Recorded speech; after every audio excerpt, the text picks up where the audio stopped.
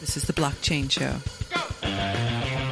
The Blockchain Show is a podcast that demystifies and promotes widespread adoption of cryptocurrencies and distributed ledger technology. Hello and welcome to the Blockchain Podcast. And this is another fun-packed podcast for your listening pleasure. Thank you so much for downloading and keeping us motivated to actually record these and give you the latest information about the blockchain. Speaking about the blockchain, we have some great words of wisdom, and we're speaking to Andrei today. So I'm going to hand you over to Andrei and let him introduce himself. Andrei, over to you. Hey, thank you very much for having me, guys. And yeah, I'm pretty much going to be, especially during my promo week, I'm going to be all over the internet, the podcast scene as well, pretty much spreading the word to anyone who cares to listen. Now, many people know me from my 1 Minute Economics YouTube channel, and kind of my driving force behind writing the new book about which I'm going to be talking today is precisely the fact that, since many people consider me the economist dude on YouTube, I feel a certain degree of responsibility comes from this. And I don't want to be kind of stuck with this lingering feeling of guilt for having had certain concerns about the economy, but choosing to keep them to myself because that's, always the comfortable thing to do. So essentially, I'm going to be on a ton of crypto shows. I'm going to be, again, as a grand total, I will be shooting 100 collaborations with other people on YouTube, with podcasts, and so on. So essentially, I do this to kind of give it my best effort to spread the word about what I've done. So I have all these collaborations during the big week in question from the 6th of August, Monday, to the 12th, Sunday. I'm reducing the price of the book to just 99 cents, essentially giving it away, but also, symbolically asking for $1 to kind of get people to have some skin in the game. And also during this week, thanks to my sponsors, I have this pretty huge contest for a book launch on 1 Minute Economics where 1 Bitcoin is the first prize. There are tons of plain old cash prizes in crypto, or $100 each per person, $100 Amazon gift cards, hosting domains, like just a ton of prizes for everyone. And I do this. So on Andrei, just at this point, so at the moment, you've got a book which talks about doom and gloom to do with blockchain. Is that correct?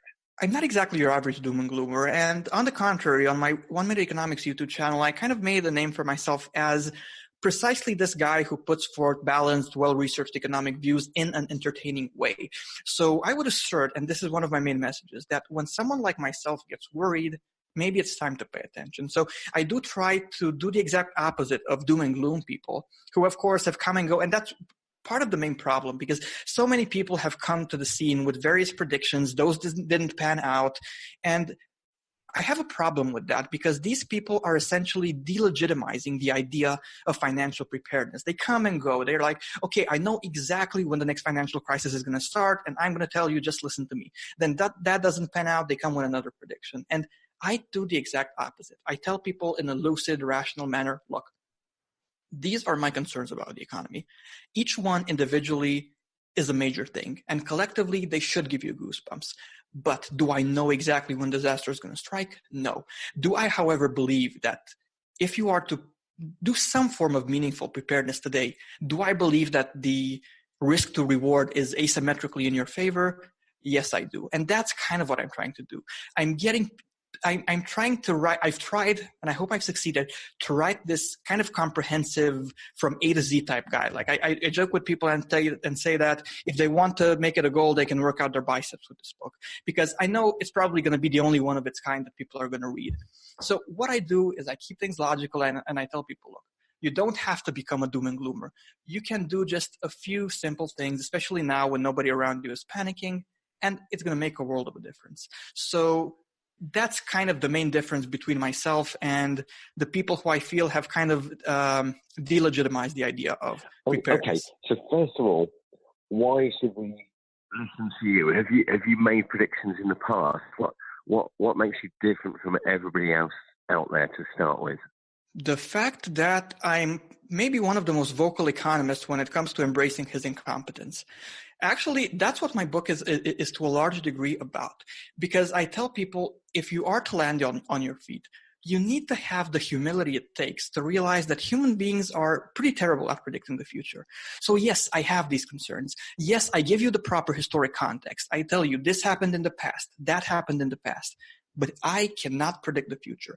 Your guess is as good as mine. The only thing I can do is bring to your attention these concerns and say, look, why not put in some effort to kind of put together a strategy that enables you to land on your feet? Because essentially, this is what I'm selling. I'm not this guy who says, oh, the world around you is going to collapse, but you're going to be so great, you're going to get filthy rich. No, I'm telling people, look, historically speaking, I do have quite a bit of information to back up my views. Historically speaking, we're probably going to be in for some major pain. It's not going to be pretty. People are going to lose their jobs. Lives are going to be ruined. And there is nothing essentially that you can do to stop it. You can, however, position yourself properly and in the end, land on your feet. That's my value proposition. Am I telling people to, head for the woods and stock up on guns, gold, and ammunition? No, I'm not. I am, however, kind of telling them that this is the perfect context to think about preparedness more seriously and in a proper dosage, just like I do with my YouTube videos, internalize a few principles and kind of make them second nature. So what's going to bring this on now? Just to put this sort of into context with what we're seeing in the news, we've got a good old friend Donald Trump out there leading the United States in a certain manner. We've got the UK trying to leave Europe, Brexit, all based on people voting for something they didn't really understand, and many other weird things happening in the world, like Facebook losing, what was it, 129 million, was it, earlier this week. I'm very aware we live in a fragile economy, and it doesn't take much to upset it. But what do you think is going to be the driving force that's going to cause all of these issues to come together? Now, I'm a pretty hands-on economist in that, for example, I don't just study crypto. I trade crypto on 17 exchanges. I've done arbitrage in South Korea. I have an open degenerate leverage long position right now on Bitcoin. So I do practice what I preach. And especially as someone who actively trades crypto, I'm not exactly easy to spook by something like volatility. So the number one thing people need to understand is that personally, I'm not afraid of a market crash. Because yes, on the one hand, we have the cyclical argument. Only once has it happened that more time passed between recessions than right now. And if another year goes by without us having one, it's going to be a record. So yeah, sure. Cyclically speaking, we're due or overdue a market crash, a correction, a recession, whatever you want to call it. That doesn't spook me in and of itself. What I'm worried about is a major change in narrative. In other words, if we take just, 2 steps back and look not at the Great Recession, but at the dot-com bubble, the narrative in both of these cases has been simple.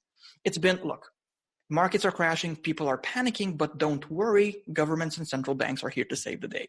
After the dot-com bubble, they did so by lowering interest rates all the way down to 1%, which was huge for the time. After the Great Recession, they did so by lowering them to 0 in the US, negative territory in the European Union and Japan, and directly injecting capital into the system. How much? Well, in the United States, for example, $85 billion per month at the height of QE, $1 trillion per year. To put it in context, from 1913, when the third central bank of the US, the Federal Reserve, appeared, up until the Great Recession, so in almost 100 years, the monetary base had reached $850 billion. So essentially, more was injected into the system in 1 year than had existed after 100 years of central banking.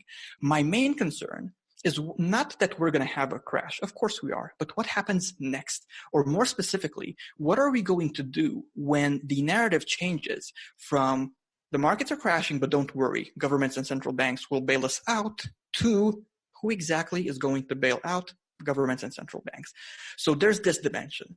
Our economy that's overly hooked on stimulus, on injections of capital, and essentially, for lack of a better term, pretty much zombified. Then, as you've correctly pointed out, there is the fact that geopolitically speaking, there are causes for concern as well, like the largest trade history in the history of mankind, the largest trade war, in the history of mankind is taking place right as we speak, that between China and the United States. So whether we're talking about that, whether we're talking about the various tensions in the European Union with movements that are against the EU taking shape all over the place, and with the many implications of that, yes, from a geopolitical perspective, there are causes for concern as well. And as I've mentioned at the beginning of this discussion, each and every pocket of anomaly individually is a major cause for concern. But collectively, I kind of feel they give us more than enough reasons to say, okay, it's time to actually take some form of meaningful action, because that's my main message to people when it comes to these interviews I'm doing. Like, I don't want them, okay, if you want to buy the Age of Anomaly, perfect. Like, if you want to subscribe to 1 Minute Economics, I'd be happy to have you. But even if you don't, the only thing I ask of you, and I'm talking to those of you who are listening, is this. After this discussion, just take any form of meaningful action, whether or not it includes me. Just think about how well positioned or not you are in the context of the next financial crash, and make it a goal to do something. Now, what that something is, that's going to be entirely up to you. But I'm basically kind of putting my professional life on hold for a few months to, spread this message to the best of my ability. That sounds like a great idea, and thank you for doing that.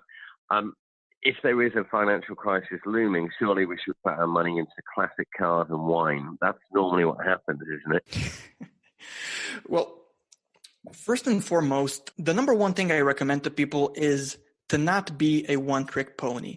Like, in my book, I do my best to kind of help people create the best possible portfolio for their needs. Like, if you live in Egypt and ask me if you should invest in real estate, I'm going to say, look, you're only a regime change away from potentially having your real estate confiscated. So I'm going to be far less likely to recommend real estate than to someone who lives in the US.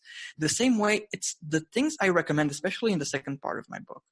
It's all a matter of being in it for sustainability. And that's what sets me apart from, your average doom and gloom guru who thinks, no, I know exactly that we're going to have hyperinflation next week. We're going to have what exactly? Hyperinflation. And the problem with this strategy is that you essentially bet the farm on just one scenario. And that's a huge mistake. What I tell to people, and what I do, as mentioned previously, is this: embrace your incompetence. Just make sure you have your bases covered. And that way, can I guarantee that no matter what happens, you can pre-order your Lambo now and you're going to get filthy rich? No. What I can, however, say is that you're probably going to land on your feet. And that's automatically going to put you in a much better position than the average consumer. Yeah, it seems like a lot of people, I'm speaking about Americans, I read something like 57% of Americans have less than $1,000 in their savings account. Yeah, there was actually a study, I think it was in 2015 by Bankrate, which showed that essentially now, when nobody's panicking in times of relative prosperity, the average US household would not be able to withstand something like a $500 medical emergency bill. So yeah, it does tend to give me goosebumps to see, especially in developed countries, how dependent on the well-functioning of the system people have gotten to become.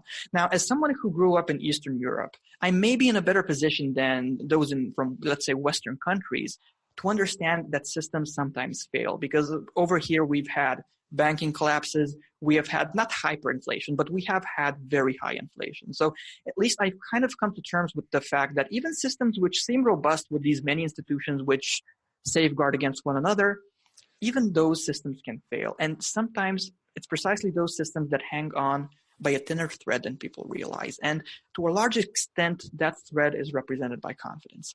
When confidence is lost, all bets are off. And to have the arrogance of assuming you have it all figured out and you know exactly how it's going to unfold, you know exactly what's going to trigger everything and how things are going to develop, it's just not my way of doing things. I understand that. Okay, so who is this book written for? Is it written for the person on the street who doesn't really understand what's coming, or is this? You said it was written with some humor in it. It sounds like it could be a read for anybody. Like if you're the average consumer who doesn't particularly care about economics, That's fine. I did my best to make this exactly the type of book that if you read it, it's not going to seem like you have this arrogant economist who talks down upon you from his ivory tower. Instead, the overall feel of the book is that you just have a friend give you some tips, a friend who just so happens to be good at economics. So yeah, even if you're completely economically illiterate, there's tons of value for you to have. But the same way, I've even had feedback from professional traders who said, look, I found it interesting, especially since you talk about certain things that nobody else studies. Like in my various case studies that I give as examples, I refer to your dot-com bubble, to the popular ones, but I even include information about, let's say, the short domain mania of 2015 to 2016. And I'm probably the only economist who studied that, when due to a huge influx of capital from China, you had domains that were worth $8 or $10 in 2009, 2010 that went to being worth over 2,000 each in 2015. So I do believe that no matter what side of the fence you're on, whether you're completely new to all of this or even an active trader, I think you're going to be able to extract a ton of value from the book. Can you talk a bit more about that short domain name situation? Right. Essentially, you had certain four-letter domains like WQYZ.com, which were considered eventually completely worthless. Initially, before the great financial crisis of 07-08, they were all registered, but then many people started dropping them. So in 2009, 2010, many of them were available. You could have gotten them for $8 essentially. As of a certain point, people decided that all of a sudden they're worth a lot of money in China because it was considered that certain letters have meaning in pinyin, domains without A, E, I, O, U, and V, which are vowels, or V, which doesn't exist in pinyin. And there you have it. A niche was created. And these domains were called Chinese premium domains. And towards the end of 2015, early 2016, they ended up being worth over $2,000 each. Why? Because at that point in time, Chinese investors were desperate to take money out of the country. Of course, as you guys know, crypto was a solution chosen by them, but so were these short domains. So essentially, a huge speculative mania was created. I actually made a fair bit of money myself off it. And I distinctly remember, that's why I love these case studies. I still remember talking to a broker from China, and he was, just openly telling me, oh, this is so great. People are getting rich all over the place. We have people in China who are taking out high interest loans so that they can buy these domains, and look how much money they're making. And I asked the broker, okay, but what happens when prices go down? And he gave me, quote unquote, the look as if it's the first time someone even told him that. So whether we're talking about case studies that are exotic like this one, or whether we're talking about popular ones like the Great Depression or the Great Recession or whatever, I believe it's definitely in your favor to learn a thing or two about economic history.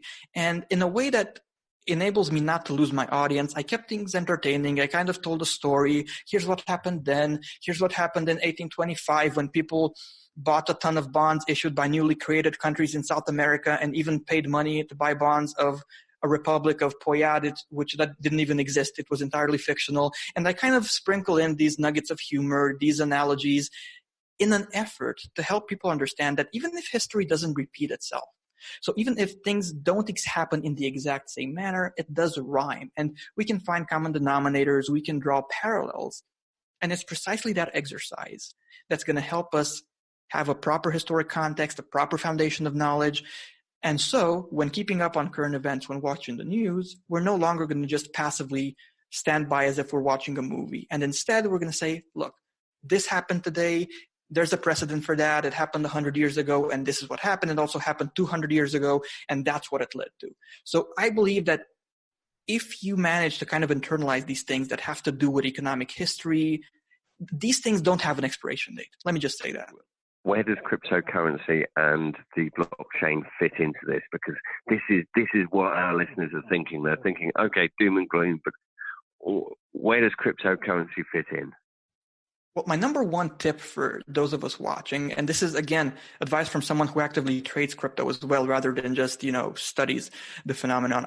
One, don't be shaken out or surprised if initially the market reacts in a negative manner, similar to what happened with precious metals after the global financial crisis of 07-08. If you remember, initially prices went down, and sometimes even if you hedge accordingly, and even if your asset represents an amazing hedge, it might take time until the market properly digests what happens and agrees with you. So guys, don't forget that frequently markets act in the direction of maximum pain. Or in other words, even if you're right, the market will do its best to shake you out. So again, don't be surprised if, just like what happened with precious metals after the crisis of 07-08, initially crypto prices go down when the market crashes.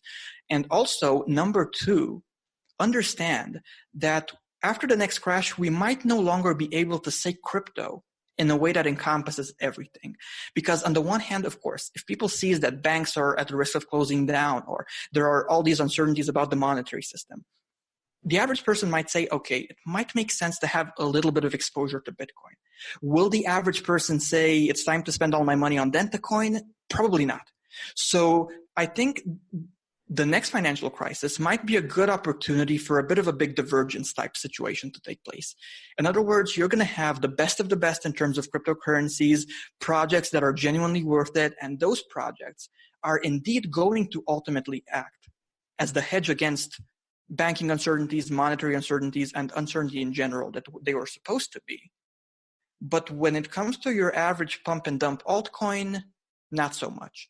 So in a nutshell, that would be my two most important pieces of advice for people in the crypto scene.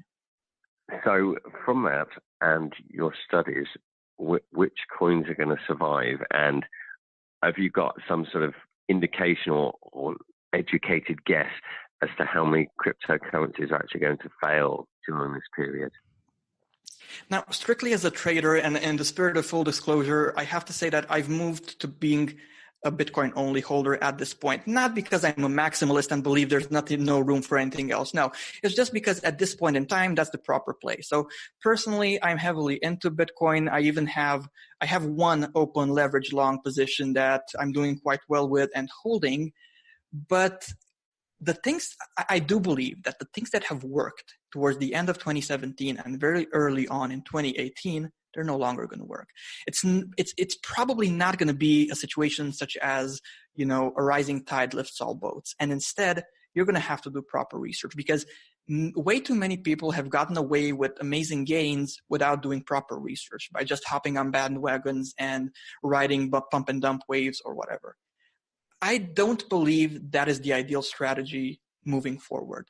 So personally, especially in light of the trends I'm seeing when it comes to market dominance, I am choosing to position myself more heavily in favor of Bitcoin. That being stated, however, there are tons of projects like I'm definitely not saying there's not room for innovation in the crypto scene. I'm just saying that there are how many? There are over 1,600 altcoins on coinmarketcap.com. Is there a genuine demand for all of them? Definitely not. Is there a genuine demand for 50% of them? Definitely not. So what people need to understand, in my view, is that especially at this stage in the game and beyond, it makes sense to focus on quality. And if you're going to buy crypto, focus on the best of the best. And I would personally stay away from pump and dump type investing, even if it has worked remarkably well in the past. Well, I was just going to ask what the average person can do to be financially prepared for the impending global financial crisis, which I think a lot of people can feel is coming.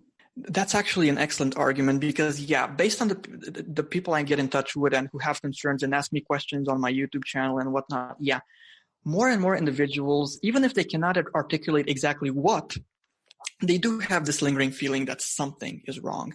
And what I do in my book is keep things logical. I tell people, look, first of all, know your economic history, have this foundation of knowledge, and have this proper historic context. So that right there is step number one. This knowledge is going to lead to clarity, and clarity is going to enable you to make rational decisions when others can't. So if you couple this clarity and historic context with a willingness to stay on top of current events, and in my book I actually have a subchapter where I teach people how to make the most of mainstream media news sources, how to make the most of alternative media news sources. That, coupled with a proper historic context, is going to dramatically increase the likelihood that you're going to spot the next financial crisis as early on as possible. Number two, however, and that's what the second part of my book focuses on, don't forget to diversify. Again, don't be a one-trick pony. So what I do is I take people from asset class to asset class, one at a time, from traditional ones to exotic assets, and I tell them, look, I don't want you to be hooked on my predictions. I don't want you to be hooked on my strategy. I'm going to help you figure out, for someone in your specific situation, okay, I want to invest in this asset for this reason. I want to invest in this other asset for that reason. And if you internalize these principles and make them second nature, then you're essentially going to be in a continuous shopping spree. And at the risk of sounding cliche, it is cliche, but it makes sense. You're going to be in a situation like what Warren Buffett says. You're going to be greedy when others are fearful, and fearful when others are greedy. Or in other words, when everyone's busy pre-ordering their Lambos, you're going to say, wait a second, maybe it's time to take some profits off the table. And the same way, when everyone's panic selling their portfolios, you're going to say, wait a second, maybe it's a buying opportunity. Like personally, the leverage long position in Bitcoin I've mentioned was at just a pinch under 6,000 as an average between two orders. And actually, it was to a decent degree because everyone and their dog was bearish on crypto. And you had people on CNBC with tutorials on how to short Bitcoin and so on. So essentially, there's just a ton of value in having a clear picture when it comes to what assets you want, why you want them, and how you are going to go about what exactly you're going to do to eventually have exposure to all of them. I keep telling readers, it's not rocket science. Everyone can do it. Everyone should do it. And it's not going to take over your life. If you're willing to allocate just a fraction of the time you spend binge watching stuff on Netflix to financial preparedness, even something like 30 minutes a week, it's more than enough. The risk-to-reward ratio is going to be, again, asymmetrically in your favor. It's kind of like me saying that I can offer bulletproof fire insurance for $1 per year. Now, if your house doesn't catch fire over the next year, then good for you. But it doesn't change the fact that I've offered some genuinely awesome fire insurance. And this is, I believe, the attitude people should have. They need to stop listening to doom and gloom gurus who think they have it all figured out and who somehow think they've gotten access to a crystal ball that actually works. And instead, they should just play the long game. They should be in it for sustainability, and that's my main goal with the book. Because I keep mentioning most of the things people are going to be able to read in the Age of Anomaly do not have an expiration date. Once you internalize them, you can essentially make them second nature and always put that information to good use. Don't become an alarmist. Don't let this doom and gloom thing take over your life. That's why I'm promoting my book through a contest, giving people all sorts of crypto prizes, because it's not a funeral. Yes, horrible things are coming. No, it won't be pretty. But at the end of the day, it's not going to do you any good to panic. It's not going to do you any good to become depressed. Just understand the situation we're dealing with, put together a plan, and do your best to execute it. And the likelihood of landing on your feet is going to be very high. Fabulous. Well, I'm not panicking, but I'm depressed now. So tell me where I can get the book, how best to buy it so that I don't have to spend all of my Bitcoins on the book. I want to keep all my money safely underneath my mattress. Tell me more about where we can get copies of this and learn more. Well, as I'm speaking right now, and until the 12th of August, I've reduced the price of the book to just 99 cents. It's essentially my way of wanting to practically give it away for free. But, as I've mentioned at the beginning, symbolically have people give me that $1 so that they're invested in what I have to say. And also, if you're going to buy it, again, buy it until the 12th of August since it's on a discount and you don't have to spend all your Bitcoins on it. And also, so you get more Bitcoins, you can head on over to 1 Minute Economics, which is my YouTube channel. And as of Monday, the 6th of August, you're going to find a video there with the rules of my contest. And essentially, I want people to spread the word about my book, tell their friends on Facebook about it, on Twitter. And in exchange, I give them chances at winning the top prize of 1 Bitcoin, the second prize of 1 Ether plus 1 Litecoin. Then I have $100 that I'm going to give to 10 individual people, 8 hardware wallets, just a ton of prizes. There's going to be something for everyone. And yeah, maybe that's going to help make a few people feel less depressed if they win the Bitcoin. I hope so. And are there any plans to launch this as an audio book? Because I know that people are sitting in their Audis driving home now thinking that would be something I could listen to on the way home. Yeah, for sure. My first book is already available as an audiobook, but with my second one, I'm trying to make the audiobook launch a separate event. So there's gonna be an audiobook for sure, but it's gonna come closer to the end of the year. If somebody reads your book and says that sounds really good, are there further resources on your website so that people can learn more? The combination between the Age of Anomaly and my YouTube channel, I think it's going to be more than enough for people to have their bases covered. That's been my goal. I understand that people don't want to spend 10 hours each day reading up on economics. So I always do my best. Exactly. So I always do my best to give them the best bang for their time. Like if there's anyone who's in a good position to do that, it's the guy who runs the 1 Minute Economics YouTube channel and teaches people economics in 1 minute. Fabulous. That sounds great. So if you are listening and you have found this interesting, then you can get this book for just 99 cents. And I'm sure you can buy it worldwide. Yeah, you can find the book by simply searching for The Age of Anomaly, the name of the book, on Amazon. You can find the print and digital version there. You can buy the print plus digital version on Barnes & Noble, also on iBooks, which is Apple's app, and on Kobo. So no matter where you're from, I think there's going to be at least one platform through which you're going to be able to buy the book. Fabulous. And can you give us any sort of insights into what's going to change over the next 5 years? What do you believe is going to change dramatically? I believe as much as I shy away from making predictions, I do believe there's a high likelihood that we'll realize just how spoiled we've been. Having a firm grasp on economic history is going to actually tell us that. For better or worse, my generation, we've lived through times of relative prosperity. Is it possible that these times will continue forever? Of course, nothing is impossible. Is it likely? As you're going to find out by reading the book, from a historical perspective, no, it's not likely. So again, especially coming from someone who grew up in Eastern Europe and kind of at least got a chance to be accustomed with this principle that systems aren't always going to function perfectly, I think there's no time like the present to at least give some thought to that scenario.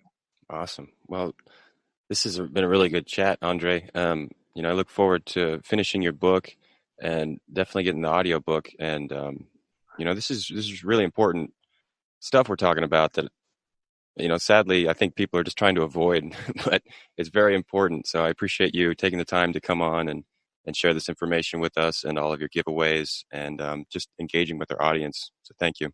Thank you very much for having me, guys. And I genuinely hope that those who listen manage to extract a ton of value from our discussion today. Excellent. Thank you, Andrei. It's been a pleasure to speak to you. I've now got some reading to do and work out where I invest my money, but it sounds like I need to invest into your competitions and see what I can win. So it sounds good. I'm glad there's a positive angle as well as the future, but what you said does ring true, and I've read a lot of things about how our working lives are going to change over the future, and yes, it's probably best to be prepared in some way or another.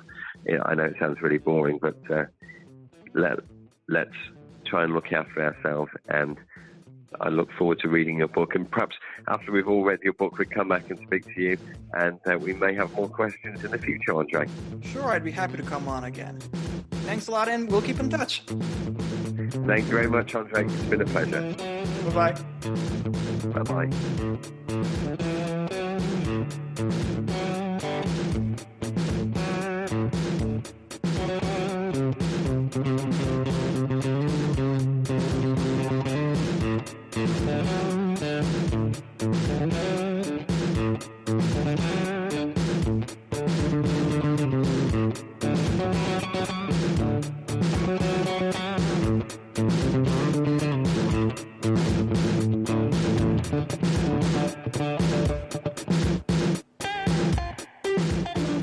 To learn more, visit theblockchainshow.com.